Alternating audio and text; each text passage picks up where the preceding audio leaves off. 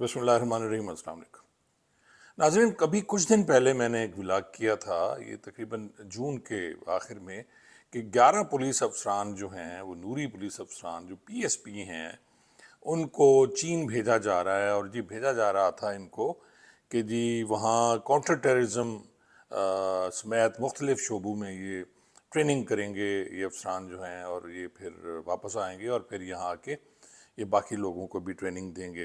तो उसमें जो नाम थे वो एसएसपी स्पेशल ब्रांच रावलपिंडी फजल हामिद थे, और एएजी प्रोक्योरमेंट थे सैयद करार हुसैन। ये दोनों 19 स्केल में हैं और एसएसपीज हैं। और एसएसपी पंजाब हाईवे पेट्रोल थे जी मोहम्मद बिन अशरफ, और एसपी कैंट लाहौर अवैध शफीक, और principal police training college Sargodha Anam Faryal ये खातून हैं, और SP investigation cantt Lahore Bushra Nisar, और एसडीपीओ टेक्सला कायनात अजहर, और ये खातून हैं, ये भी लेडी एएसपी हैं जी। और SDPO peoples colony Faisalabad Zainab Khalid, और एसडीपीओ कमालिया सुंदस इसहाक, और एसडीपीओ सादकाबाद बंगल खान, और एसडीपीओ कैंट तैयब वजीर। ये दो मर्द हजरात हैं पीएसपी जो, जिनको चीनी माहरीन से काउंटर टेररिज्म की तरबियत थी या उनका कोर्स था, उसके लिए भेजा गया। ये 12 रोज़ा तरबियती कोर्स था जी, और यहाँ से ये तशरीफ़ ले गया। मैंने इस पर ख़ासा शोर मचाया कि जनाब कोई साड़ा भी पा दो, कोई जो नारी खाकी हैं उनमें से भी किसी को भेज दें। बड़े अच्छे अच्छे पढ़े लिखे जो पुलिस अफसरान हैं, एसपीज़ हैं, जो 98 के हैं, 93 के हैं, 95 के हैं, और 98 के जो अभी एसपीज़ बने हैं उसमें बहुत पढ़े लिखे लोग हैं, ऑफिसर्स हैं, और उनकी भी सर्विस भी काफ़ी पड़ी हुई है, और वो बहुत ज़्यादा करीब हैं। जो निचली फोर्स हैं हमारी पुलिस की, उसके करीब होते हैं, क्योंकि ये उनमें से आ रहे होते हैं। लेकिन हमारी किसने सुननी थी जी, नकार खाने में तूती की आवाज़।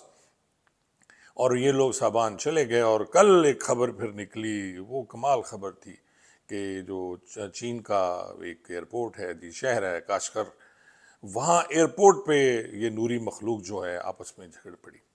और ये जो झगड़ा हुआ जी, ये हुआ मुबैना तौर पर जो बताया गया, मुझे तो यकीन ही नहीं आया कि ये इतना एक दूसरे का ख्याल रखने वाले जो हजरात हैं, ये कैसे इस तरह नंगी गालियां दे सकते हैं एयरपोर्ट पे। और वहाँ चीनी हुकाम के सामने वो लोग भी सुन रहे थे। ख़वातीन जो 5 थी इनके साथ, एएसपीज़ और एसपीज़, वो भी साथ थी, उन्होंने भी ये सारी गालियां सुनी।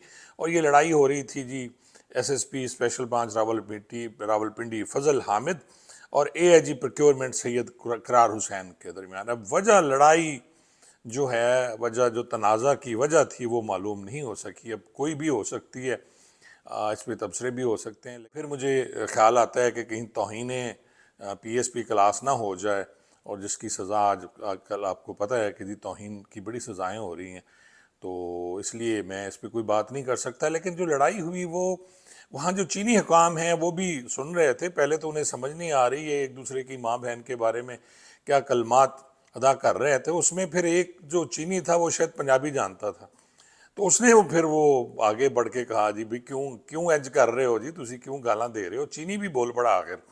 तो उसने फिर इनको समझाया, और जो अवैस साहब हैं एसपी, उन्होंने, और जो शफीक वो मोहम्मद बिन अशरफ हैं, उन्होंने भी बीच बचाव कराया। और फिर इस पे जब ये इतला जनाब वाईजी साहब को पहुंची, तो लाडले तो हैं ना जी ये डिपार्टमेंट पे। और आज 19 तारीख को उन्हें बुलाया गया था वहाँ, और बस एवं कुछ कह के माफ़ियाँ तलाफ़ियाँ हो गई होंगी। नाजरीन, अगर ये कोई रैंकर होता तो बेचारा अब तक घर पहुँच गया होता।